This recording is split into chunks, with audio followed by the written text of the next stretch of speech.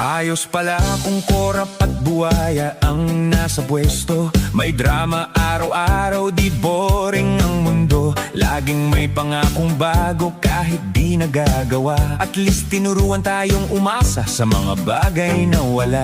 Ghost Flood Control Project, isipin na lang nandyan yan. Total sanay na naman kayo sa baha tuwing umuulan. Matatag naman ang Pilipino ayon sa kasabihan. Kaya ayos lang kahit malugmok, sanay na sa kahirapan.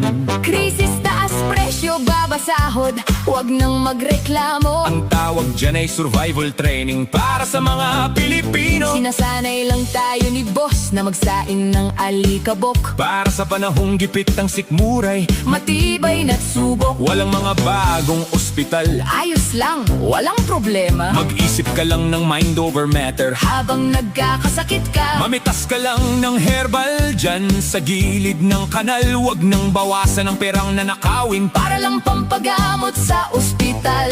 Ang sarap talagang maghirap pag korap ang nakaupo. Sinasanay tayong magtiis hanggang sa tayo'y maglaho. Walang serbisyo? Okay lang, ngiti lang kahit tagilid ang bahay. Basta sila'y masarap ang buhay kahit tayo'y nakahandusay. Paulit-ulit na nabubudol pero sige pa rin tayo sa pagdepensa. Parang relasyong toxic, Binubugbog ka na. pero mas minahal mo pa. Salamat sa mga kurap, mas napalapit tayo sa Panginoon. Dahil sa sobrang hirap, araw-araw tayong Napapadasal ngayon.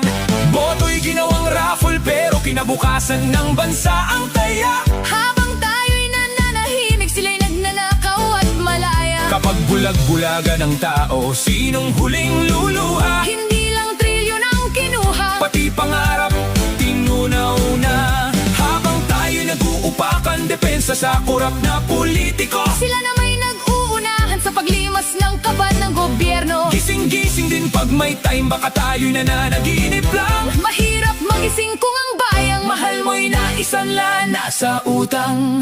Mas okay pala maging korap kaysa sa snatcher sa kalsada. Kasi ang snatcher kulong agad, sila'y binibigyan lang ng sabwena. Pag karton ng gatas ang ninakaw, diretso agad sa rehas. Pero pag bilyo ng kinulimbat, Senate inquiry ang palabas. naka-wheelchair at neck brace, parang kawawang may sakit. Pero ang sigla na kung kumilos pag nahilot at naakwit. Pag mahirap ka, mabilis ang hatol, parang kidlat sa bilis. Pag korap na ang may kaso, Ngit talaga ang due process. kung ito ang gusto natin, sige tulog na lang uli.